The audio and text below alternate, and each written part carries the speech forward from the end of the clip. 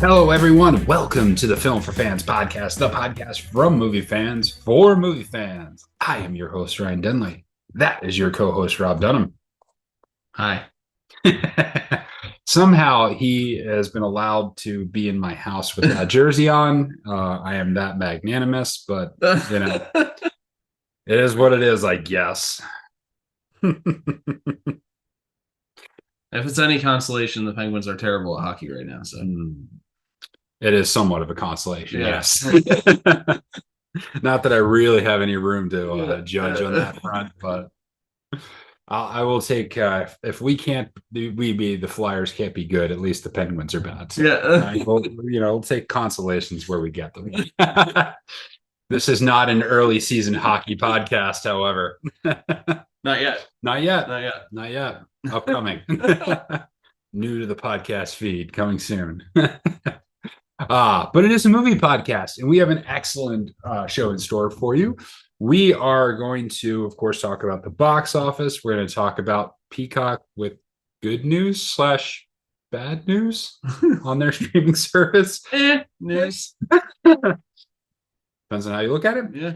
We're going to talk about how to improve movie theaters and random topics of dealer's choice. So we'll inject a little bit of unknown into the podcast and wrap up with our watch list. All right, you ready, Rob? I am so ready. Let's do it. Number one in the box office with I got to say, a ridiculous, I did not see this coming amount. Five Nights at Freddy's did $80 million in its opening weekend. $80 million. I mean, the movie got blah reviews, including by our esteemed co-host here, and it streamed on Peacock and made $80 million. See, I will say, though, that although it did get not great reviews from a lot of people, the audience score on Rotten Tomatoes is like 90%. Interesting. So apparently there are a lot of people who really like this movie. Now, it was based on a video game, if I remember correctly. So it did have some level of built-in audience. However, that is a shocking number. I will say that I did watch it again. So I think that I may have judged it too harshly the first time. Okay. I'm not going to say it's a great movie, but I don't think it's a horrible movie. It's an okay movie. I think my main issue with it is I feel that it could have been a much better movie than it ended up being. Okay. Yeah. I got you. Okay. We'll get into it in a second. I'll go through the rest of the list. 5 Nights at Freddy's knocked off Taylor Swift. So that's nothing to sneeze at. Taylor Swift's Eras Tour made $15.4 million. It's up to $150 million gross on that one, by the way. Killers of the Flower Moon did an additional $9.3 million in its second week. That was a 59.9% decrease. So slightly above average on the decrease from week 1 to week 2. So it did not get a week 2 boost by any stretch. Number 4 was another new movie, After Death, $5 million. And The Exorcist Believer did $3.2 million in its 4th weekend in the box office. So that movie is up to $59 million domestic box office. So just circling back to Five Nights at Freddy's, I just looked it up. The Rotten Tomatoes critic score is 30%, and the Rotten Tomatoes audience score is 88%. Interesting. So this is what we often talk about with some movies, that they're incredibly polarizing, and we've talked often about the dissonance between the Academy and what the general audience feels, and this would obviously be a clear representation of the general audience wants this movie. Yeah, and I think one of the things places like Rotten Tomatoes or other review sites, they're looking at it from sometimes a different perspective. They're looking at it, okay, overall, is this a quality movie versus the fans are looking for, like, we know what we're getting into. We know what we want out of it, what we expect. If you give us what we want, we'll be happy. So I think that's a different level of criteria than what a traditional reviewer would look at it as. And I don't know, maybe there's a flaw there in the review, in the in the way critics think about movies, perhaps. We know there's a flaw in how Academy votes on things, but yeah, that'd be it's interesting. Any other talk of Five Nights at Freddy's? Well, this is interesting to me because I'm just looking up an article about this, and Yeah. we've talked about like the fact that it's coming out the same day streaming. Yeah. To us would seem to indicate that they were like unsure about it. Mhm. But what Universal is saying is the opposite. That they were so sure it was going to have enough reaction from the public to go to the theater that they could afford to do both at the same time. Now, if maybe that's revisionist history based on how it's doing, but that's what they're going with. Like it would seem to me like if you'd want to drive them to the theater and then you want to drive them to the streaming service. I still don't. I don't. Yeah, it seems revisionist history, but hey, when you put out a movie that no one was expecting that much out of that makes 80 million in its opening weekend, I think the one thing with this is it was Halloween weekend, and like obviously Halloween, it was the weekend right before Halloween. And so if you're looking to go to some sort of scary movie, this was the newest, biggest thing out in the box office. So timing might have helped on this. I think they're also basing it off like what I'm seeing and reading is that their belief in this model was due a lot to the reaction they saw on social media, to their posts about it, to information that they were slowly trickling out about it. Okay. The engagement that they had with it, they said was at a higher level than any other movie they had worked on. Oh, that's really interesting. So they anticipated that it would translate into real world box office numbers, which sometimes it doesn't. But the difficulty with that, I related a lot to our own personal social media, like on Facebook. Yeah. How many friends do you have? And how many of those are actually your friends? Yeah. I think the same thing would apply to movies and posting on their social media about a movie and then actually seeing what is drawn out with people. Yeah, because it's the easiest thing in the world to like something or whatever on social, or to watch something on social media. That does not necessarily mean that's going to translate to actually going out and going to see a movie. Yeah, but it can, and so it's really interesting that that's the case. I mean, we've seen too that I think the fact that it was rated PG-13, the show I went to, it was like a family type atmosphere. There were a lot of like early teen to maybe a little bit younger than that kids at the theater when I was there, which is something that I wouldn't necessarily have anticipated, because even though it's based on a video game, the video game is like a mature rated video game. It's got violence in it. It's dark. It's a horror video game. Yeah. So it's not like Mario. True. Like you wouldn't expect the same audience. No. But still, I saw a lot of kids there, and that kind of surprised me really a little interesting. bit. And I think that's part of what's pushed this, that it's to a broader audience than maybe a lot of people expected. Yeah. I wonder, we talked about PG-13 horror as a negative. Yeah. I wonder if there isn't a segment of people that wouldn't mind a PG-13 horror. I'll say this: my wife made it all the way through this movie streaming it at home on Peacock after I saw it in the theater, and she doesn't watch scary stuff. Yeah. So I don't know if maybe there's just enough story involved to keep people interested in it, or initially interested in it. But whatever they did, sometimes we get surprised. Yeah. Even though we talk about movies all the time, sometimes we get surprised. Barbie and Oppenheimer certainly surprised us, and this is a surprise. So. Yeah, for sure. For sure. All right. Any other thoughts on any of the movies in the box office? Obviously, FNAF is the big one. Yeah. So. All right. So that's what was in the box office. Now let's look at what is in the box office. Opening this weekend, we have several movies, actually. None of them are like big, giant releases, but there are several intriguing candidates. The first one comes out this weekend is The Marsh King's Daughter. And this stars Daisy Ridley and Ben Mendelsohn. And it is A tense thriller about a woman with a secret past who ventures into the wilderness she left behind to confront the most dangerous man she's ever met, her father. Hmm.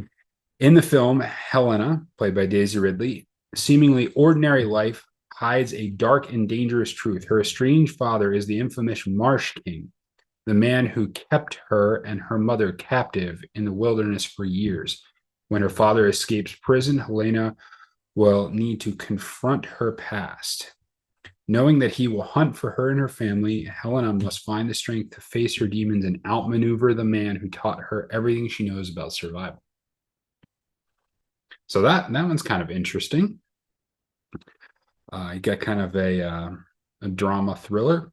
The next one is Priscilla, and this is directed by Sofia Coppola, starring Kaylee Spaney and Jacob Elordi. And this is when a teenage Priscilla Beaulieu, I did not pronounce that right, meets Elvis Presley at a party.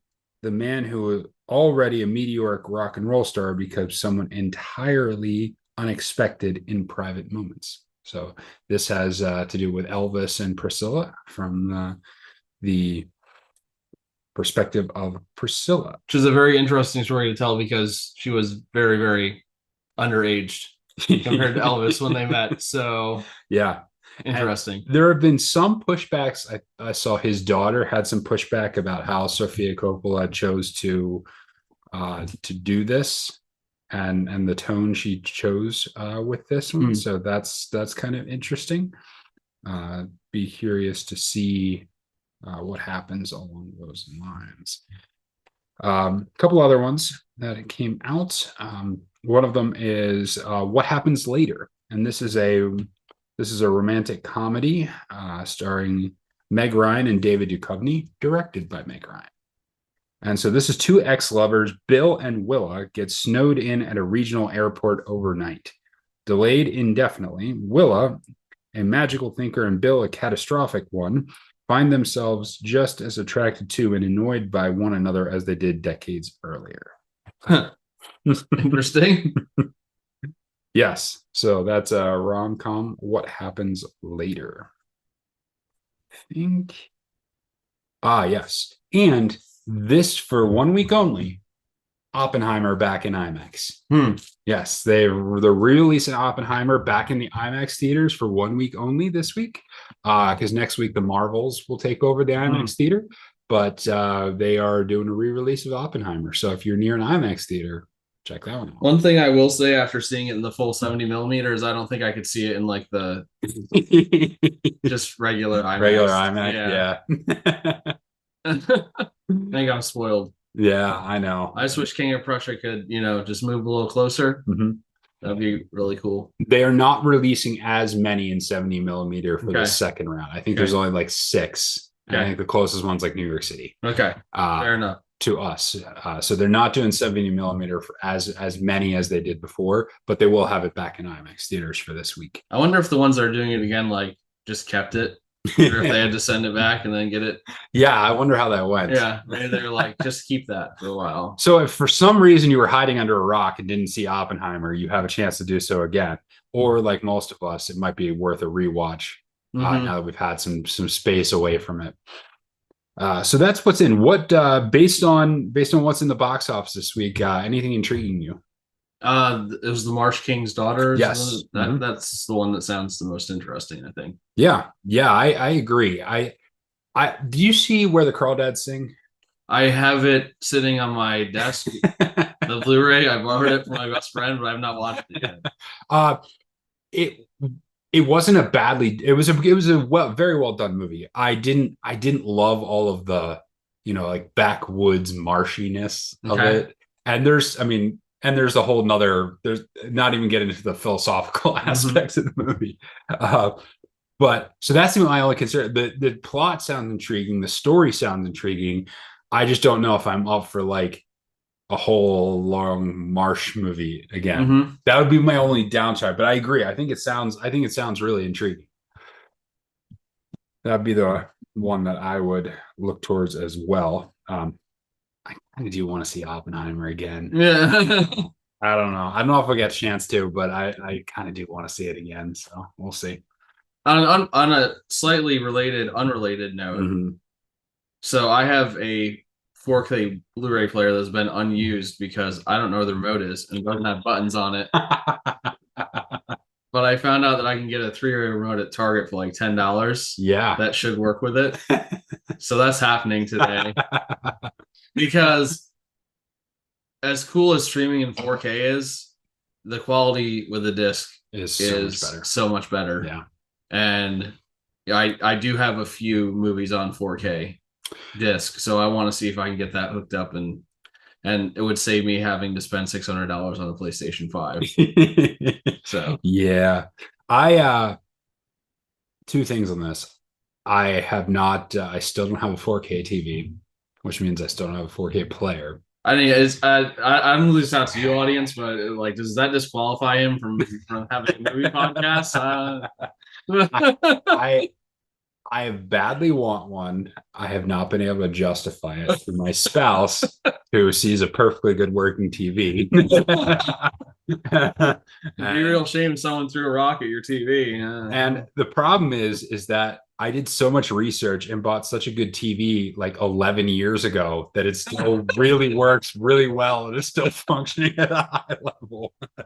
I am a victim of my success 10 years ago or whatnot. So, but all that to say, I have been buying the bigger movies that I buy, I will buy them with the 4K because it usually comes 4K, Blu-ray, digital. Yeah. And that way I have a whole bunch of movies that I already have the 4K edition. Nice. Planning for one day. Now, if you ever want to watch a movie in 4K, you can just come to my house and we can watch it in my house. We may have to make that happen at some point. That's for sure. Yeah, I'm sure in 5 years, whenever the new technology is out, I'll be feeling the same way because I invested pretty heavily in a really nice TV 2 years ago. Yeah. But hey, that's how technology works, right? That's life, that's what it is. And then someday the movies will just be beamed straight into our heads, so we don't even have to worry about a TV anymore. Yep. All right, so we'll move on from the box office. Now, one news story that we're going to cover, and this is Peacock lost $565 million in Q3. That sounds bad. On streaming. But it's not that bad. It is, in fact, the best quarter for them this year. Huh. It's also a quarter in which they gained 4 million subscribers. It's also a quarter in which, of course, saw Oppenheimer come out and make a ton of money. Yes, Peacock lost $565 million through the quarter that ended in September. And of course, now my thing just cleared out. This sounds like task failed successfully territory here. So, and just to put this into consideration here, Peacock, they posted an $830 million revenue in Q3, but they lost $565 million on Peacock. But gosh, I keep opening this thing and it keeps shutting down like right when I'm about to read a stat from it. Okay, so they previously lost $650 million from April till June and $704 million from January to March. So this is, I mean, these numbers are staggering to think about. And they're projecting that they're likely to lose $880 million in the fourth quarter because that's when a lot of the sports rights and like contents things are actually realized. Interesting. So they're looking towards that. But this was actually their best quarter in streaming. And their stock actually went up a little bit as the revenue went up. I wonder if the surprise success of Five Nights at Freddy's will help their projections at all. Yeah, so they got 4 million. They got 4 million new subscribers in the quarter. They're at about 28 million subscribers overall. Most of them are on the ad tier, which is $5.99 a month, as opposed to the $11.99 ad-free version. So we're still seeing that as the trend, as people are still willing to go for the cheaper tier and put up with the commercials versus the ad-free. But they're expecting a $2.8 billion loss in streaming this year from Comcast.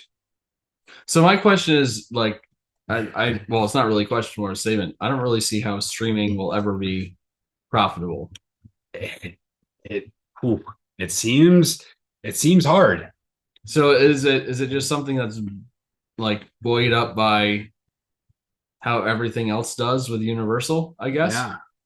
I it's really hard to say. I mean, I think there will be a couple of streaming services that make money and everyone else will lose money. I feel like that's the direction it goes. It's like whatever the big player is at the moment will make a decent amount of money and everyone else will lose.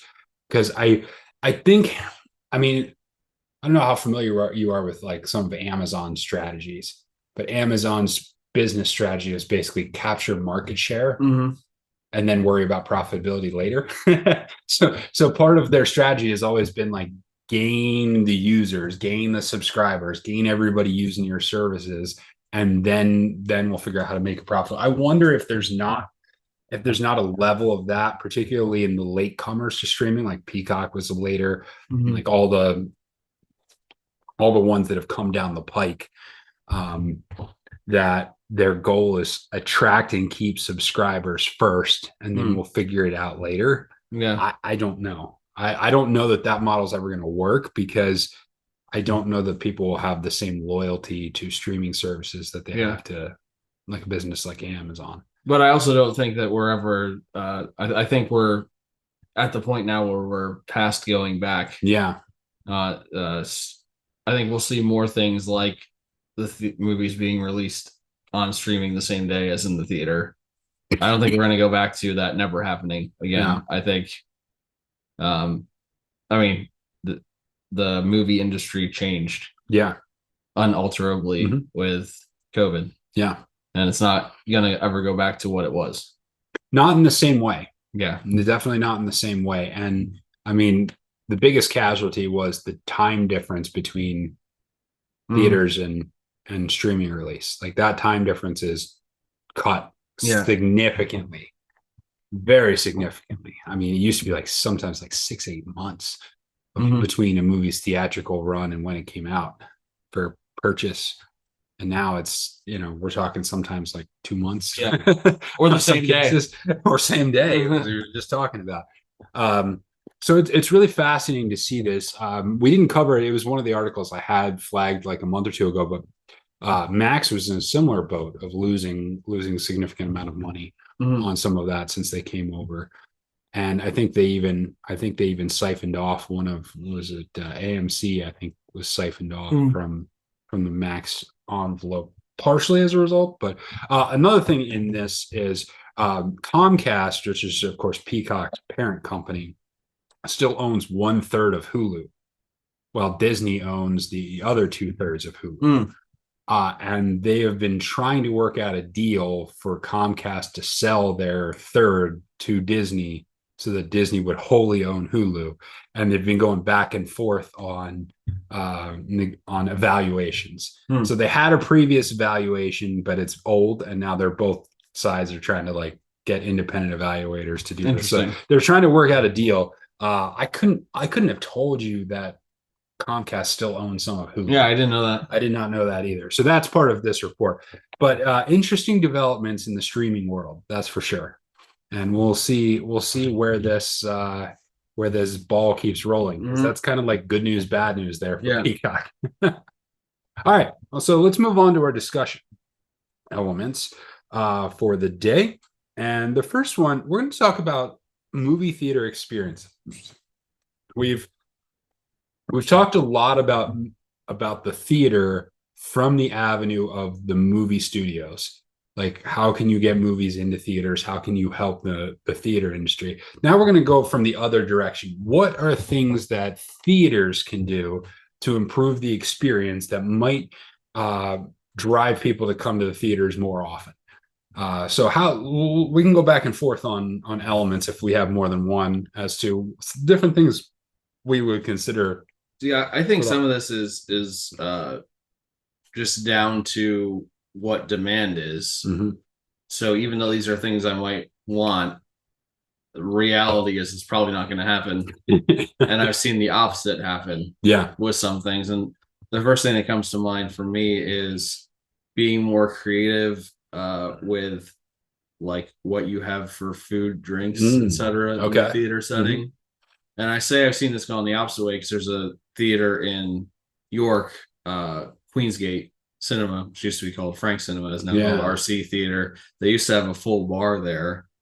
Like they used to I have remember that, like dude. other like food you could get Yeah. in addition to like regular theater food. And that whole part of the front of the theater is closed because they just don't have the staff to operate it or the, you know, demand of the people to keep it open. And then you go to like there's a place in Lancaster called Real Cinema. They have a full bar.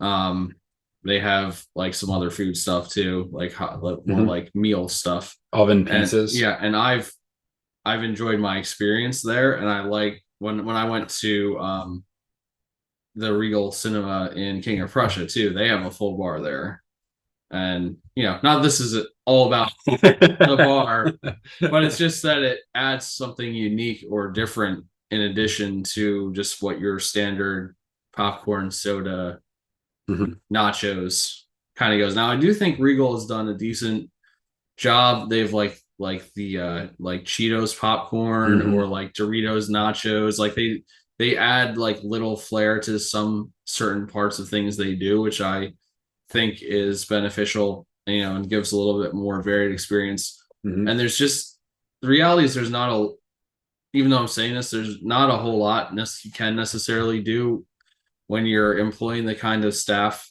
they're employing. You can't expect to train them to do a ton of extra stuff outside of the normal movie theater experience. But it's just when I've had the opportunity to be in that kind of setting where there is a little more, it's just it adds a level of enjoyment to it. Yeah.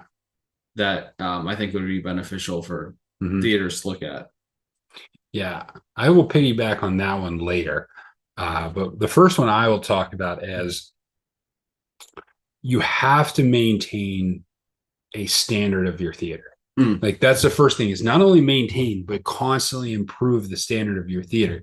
What we've seen so often is that the quality of the theater just keeps going down. They don't fix things as you know, like something like seats wear out. They're not being replaced as often. The atmosphere does like some of the stuff, some theaters will feel dated. When you walk in, it feels like a dated experience. There's not the level of investment in the actual infrastructure of the theater. If you for instance, I don't know how the cinema you were just referring to that shut down their food, but in other places, like they have whole sections that are not being used and aren't coming back in terms of like vendors or you know, like a bar area or anything like that, and they just sit there unused and it looks dead. You walk into a place that's using half of its facilities, it affects how you feel about it going in. The local Regal here, one of the things they did is they took out their right. So when you walk in, there was concessions on the right and left. They took out the ones on the right and made party rooms in there, and they have them set up all the time with the lights on, with the, you know, set up like for a party. So you go, oh hey, I can go, you know. So that's something, but at least it doesn't look like an empty, unused part of your lobby. The other thing that's on the positive end for Regal. On the negative side, like they have a bunch of seats in their theaters that don't work or where the leather is cracking and chipped, and it just like you walk in, you feel like you're in a discount theater sometimes, to the point where instead of fixing them, they actually have in their like check-in system like an X over seats that you can't actually book that seat because the seat is broken. So they went so far as to put it into their system but not actually like, you know, like fix the seat. So the first thing you got to do if you want to improve it is you have to constantly be working on the interiors, both maintenance wise and update wise. You know, making sure you have the latest technology, making sure you've got those type of things. So that's one. And I've seen that at the Regal in York too. So I don't know if anyone listens to us outside of the scope of like Lancaster and York County, but that is like the reality of most of the theaters in our area. I think that Penn Cinema does a pretty good They job do. of keeping things updated. That's a The local independent. theater I mentioned earlier, RC Theater in York, does a really good job at that too. But their reality is they don't have a subscription plan like Regal. Yeah. And that's really the only reason why I'm going to Regal. Yeah. If I had my choice, I think I would go to RC all the time. I think if you had your choice, you would go to Penn Cinema all the time. Most of the time. Yeah. I would say most of the time. I mean, Regal's closer. Yeah. So there is something there, but yeah, for me, they're fairly equidistant, the two theaters Mhm. that I prefer to go to. It's just one has a much more viable option for me to go see more movies. So the question is, do I sacrifice that, to just bite the bullet and get movie pass, go to less movies, but feel more comfortable about when I'm going? Yeah. Yeah. Do you got anything else? What else do you think for improving theater? I didn't have a whole lot on that. Okay. I had some thoughts about the other question. So I got one more, and that is be proactive. And this some of this goes into what you were saying about, like mix up the food options, give people more options. I think in the larger scope of like, if you don't have to be as dependent on what movies happen to be coming out that weekend. You can't rely on that solely to get people into the theaters. Be proactive. Offer, I mean, they do some things like offer like Tuesday discount Tuesdays. But if you know the box office that weekend, if there's not any big movies coming out, and I mean, there's wide variance in like the nationwide box office, some weekends versus other weekends. If you know it's going to be a slower weekend, offer discounts on the weekend. Get people, more likely to come in on one of those slower weekends. Offer more experiences. I mean, we saw the stuff with the Barbie and Oppenheimer were organic, and the theaters really didn't have anything to do with it other than to put up like, here's a photo booth spot. Create more of that. Plan something. Offer experiences to guests around certain themes or around certain things, other than just like, hey, here's Christmas season. We'll throw up an old Christmas movie on a Wednesday or something like that. Like actually actively plan some of this stuff, advertise for some of it, create experiences around it, offer unique, interesting food choices. You don't have to just simply rely on, well, we'll have to wait around until, Marvel puts out another movie, then we'll get the theaters back full again. Try some other things on the front end to get people in the doors. I think there's opportunities for theaters to be innovative, for theaters to be creative, even ones that are within a chain that have to do things. So that I think there are things that they could probably do to help boost attendance, to help draw people in on some of this stuff. And I don't see that happening very much. I think this is where we talked about Penn. I think Penn did a very good job getting creative over COVID to the degree they were able to the point where they still have a occasional drive-in theater that they have on the outside of their building that they'll show a drive-in movie on some weekends. And some of those type of things stayed. Yeah. But you can be creative. You can be innovative if you want to. To be fair, I think if we're having these discussions, I'm certain that people within the theater companies themselves are having these discussions. And there are some people who probably feel the same way. But the question is, are those people actually being heard, or, are they going to do anything about their suggestions? Yeah. And I know, like,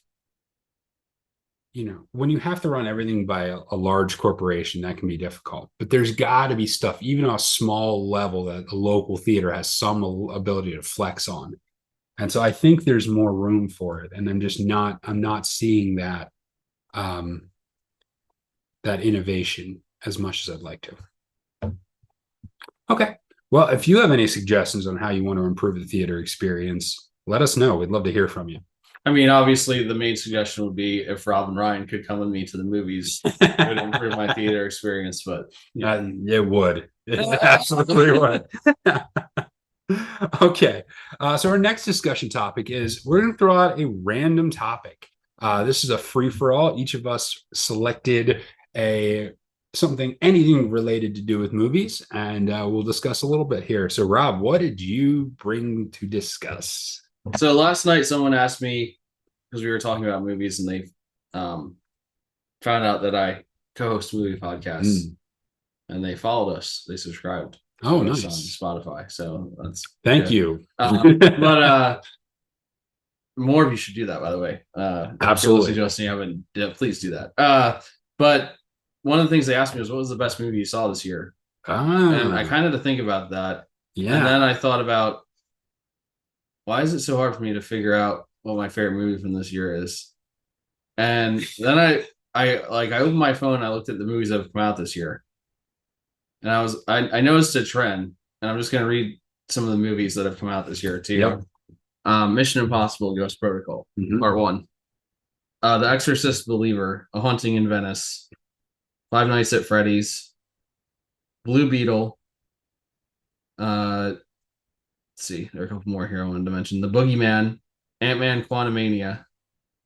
So one thing about all these movies, at least how I feel about all these movies, is each one of these in some way or another disappointed. And these are a lot of the quote unquote big movies that came out this year. Yeah. Now, there are a couple exceptions to this. Oppenheimer, Sure. obviously. Barbie, just general audience wise. Super Mario Brothers. Last Voyage of the Demeter, personal one for me. I thought it was an excellent movie. But overall, looking at the year, now granted, we still have a month left. Yeah. This feels like a disappointing year. I agree. Overall. And I'm going to even say this about Oppenheimer. Like, Oppenheimer is very, very good, but I don't think either of us would argue for it being his best movie. Yeah. It was a very, very good movie. I will almost never have a biopic as my favorite Christopher Nolan movie, just because of the sheer weight of the other stuff he's done and my personal taste preferences. So we've seen some movies make some good money at the box office, but compared to some other years that we've done this, I haven't seen just the quality, like the overall quality across the board, that I'm used to seeing. And I don't have a reason, necessarily.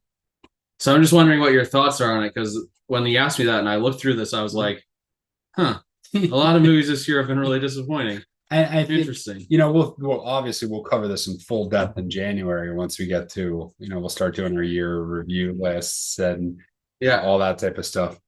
But I've seen a downward trend in the quality of the movies that have come out for probably, I want to say maybe the third straight year.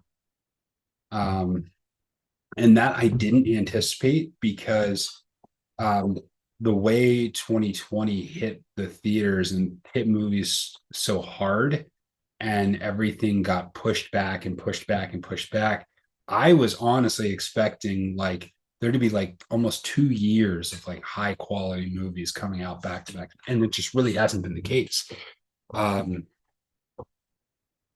If you ask certain directors, they would say it's the Marvel effect. They would say it's the Marvel effect, and say that has colored the theaters in a negative way, because studios have okay, it needs to be the big budget film franchises, and some of it might still be the lingering effects of some of the higher quality, lower budget, mid-tier, lower tier budget dramas got pushed back, or just not in the theaters anymore. I don't know, but you're right.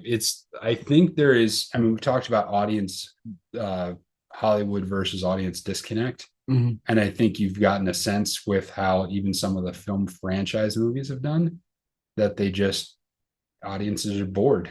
I think audiences are bored, and they want unique, original content, and it's just not been given to them. I wonder if there's just, Hollywood has a creative lull right now.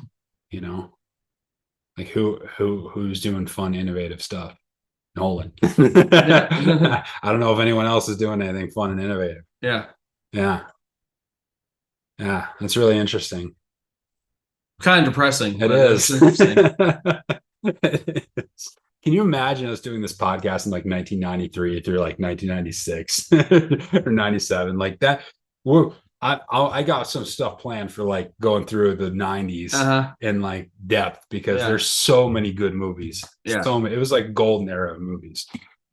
Maybe sometime we have to go in like the Wayback Machine and host an episode from back in time Oh and yeah. just like look up articles from when they came out and pretend it'd be a period piece podcast. Yeah, when I was doing the research for Mission Impossible, that was one of the things those guys on that podcast did was they went back through like all the press release articles of like when they were announced and also like the initial critical review and all that sort of stuff. So yeah, we might have to do that. Do some of that. That'd be cool. You got anything else for that one? No. All right, so mine is this, and it's somewhat related. But Hi. Yes, that was my wife. Pay no attention to the woman behind the curtain. Yes, my wife walked through the podcast. It's all right. And it has to do with movies that are timeless versus movies that are products of their own time frame. And I was thinking about this. There are some movies, like when we look back, there are some movies that just everyone still wants to watch again. Let's just say like under the big action movies, like Back to the Future. Back to the Future caught something and still gets talked about over and over and over again and still gets watched and still, that sort of things. Whereas like, let's say RoboCop, not so much. There's still, obviously there's still some RoboCops, but like not anywhere the same level of that type of stuff. Some stuff is a product of its time and some stuff is more timeless. It transcends time a little bit better. And even you think about movies like that are great movies of their time, The Matrix or the original Blade Runner were innovative, high quality, technological masterpieces when they came out that don't have the same level later. And you almost have to go back to the history of those movies and say, no, this was what developed all the things that appear in things now. Like this is the forerunner to this. It's like trying to explain to a non-music fan the impact of the Beatles. Like their music's okay, it's like no, you like it's everything that came out of that. It's everything that came after that. It's the setting of the stage. So I was trying to think about this question. We all love timeless classics or things that have transcended time. What do you think? Are they better? Does that automatically mean that they are better movies than something that's kind of locked in its time frame? Is there a qualitative difference, or are they two different, or can there be two different kinds of quality? What do you think on that? Is one inherently better than the other? And how would you separate those two? I think that there's just so many varied degrees of quality in so many different genres and types and tones of movies. And this is why one of the reasons why we started podcast in the first place is that opposed to like an academic viewpoint of movies where you're only saying that like this is the only version of, and I look at this in the same way as literature or music or art, that you look at something and say this is the only version of this that has any value. I think there's value across the board, and I think it's a different kind of value. Some value might be an emotional value to you, some value might be this is objectively good, some value might be this is something that connects me with my friends, some value might be this is something that was formative for me as a kid, or this is something that speaks to me now, which you're talking about with something that's locked in a certain time frame. I think they're all important. I don't think that just because a movie is timeless, I will say like The Shawshank Redemption is my favorite movie of all time. I think that's a timeless movie. Absolutely. But just because that movie is like that, I don't think it's necessarily any better or worse than I'm gonna say Rocky. Like maybe you can argue that the theme in that movie is timeless. I think it is, but there's also a whole lot of that movie, and if you look at the series holistically, a whole lot of the series that is locked in the 80s. That people maybe 30, 40 years from now will not understand at all, especially if they didn't live through it. Yeah. But that doesn't mean that it's not high quality. It's just a different version, a different form of quality. Yeah. So I think there's something valuable to be taken out of both movies that you would consider timeless and movies that you would consider more rigidly structured in a certain time period. And I would say I have two minds of this. One, I think there is a sense, I think, in which movies that have transcended their time, space, and genre and lived on, I do tend to think that why them versus other movies is I think they've hit on some sort of human universal in a way that transcends time. And I think the ability to hit on something universal in a high quality strategic way, like a lesson in humanity, or the way relationships go, or timeless characters, or whatever it is, how they did that in that moment that allows them to transcend their era. I think there's an inherent quality in that some movies don't attain. Now, some movies may not be trying to, but that's I think so. I think from that standpoint, there is something inherently better about them from that unique point of view, in that they hit on something that really, really fascinates audiences because they're a part of human nature. Like I'll just use the example of Back to the Future. That idea of time travel has been fascinating to human beings forever because we're all creatures of time. We're all locked into time. And so the idea of transcending that is doing well, but there's something about that particular iteration of it that hits differently than all the other time travel movies that have ever been made. So I'm just like, inherently, I think there's something elevated about their quality. Now, that being said,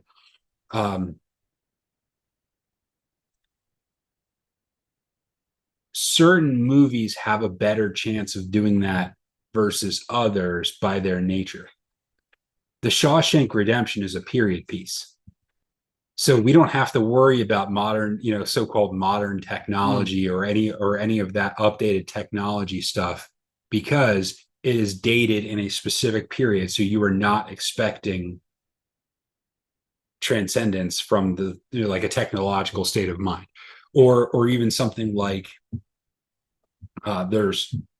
even though there's been updates, there's been massive amount of updates in CGI and filmmaking techniques. There's something about the Lord of the Rings because it's a fictional, kind of Middle Earth fantasy story that you don't have to worry about that time transcendence. So I think the opportunity of like time-based period pieces give greater opportunity for transcendence than something like The Matrix, which was heavily built around both philosophical stuff, which I think is somewhat transcendent, but also the new and innovative technology, which very quickly is no longer new and innovative. And so some of the wow factor is gone. And that's where it was with me with Blade Runner. Is it was very difficult for me to transport myself back to be able to see that through the lens of somebody watching it in that moment and seeing all of the unbelievable visuals for the first time based on that era. But I think we can appreciate the innovations and we can appreciate their place in history along those lines. So I think a film that's locked in its time frame but still led to other things, I think that's another form of quality. that can be appreciated and experienced. Mm-hmm. Yeah. Yeah. I mean, I feel pretty much the same. Awesome. Okay, so we're going to close and wrap up today with our watch list, movies that we watched over the last week. What'd you watch, Rob? So I said that I watched Five Nights at Freddy's again. Yes. So like I said, I think it's more average than terrible. Mm-hmm. So maybe 2.5 to 3 stars out of 5. I watched Ruby Gillman Teenage Kraken. Oh, interesting. I've never heard of this movie. Yeah, I really had not heard of it, and then it was a DreamWorks movie. Okay. So the same studio that did Shrek, Yeah, etc. My daughter really liked it. Definitely has some references to modern culture, the way some things are going, in general with life and kids that you have to talk through. But I thought it was pretty decent overall, story wise, art wise.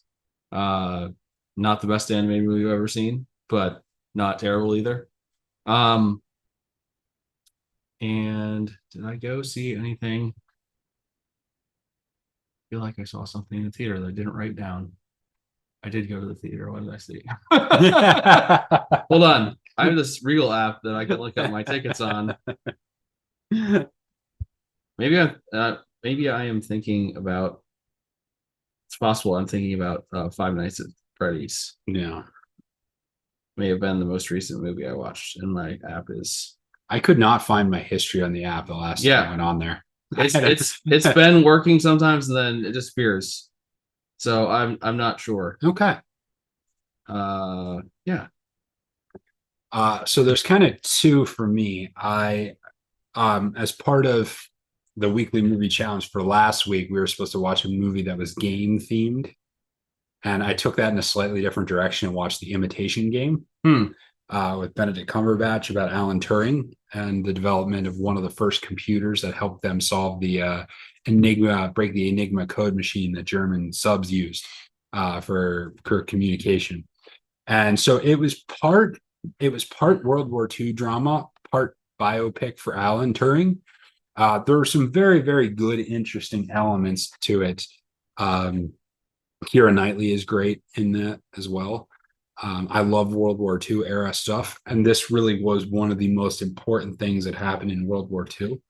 Alan Turing is, of course, considered one of the fathers of the computer, as one of the first ones to develop stuff. He also did things like the Turing test for AI. So it was a really fascinating character. It was interesting too because last week I'd watched Steve Jobs, and Steve Jobs, when he came back and was going to do the new Think Different Mac campaign, he originally had a version of Alan Turing in there, but nobody recognized the picture of Alan Turing, so he took him out of the campaign. It was like, this needs to be somebody who everyone recognizes instantly. But has been kind of the father of the modern computer that tracks. Really fascinating, interesting character. Definitely had some stuff going on. But it was very important to the Allied war effort. I also watched Mission Impossible Dead Reckoning again because it came out for purchase, physical copy for purchase. So I purchased the physical copy and then set about watching it. I still really like the movie. I don't know that my opinion on it has changed. I think it's still, I like the movie. I don't think it's as good as it could have been.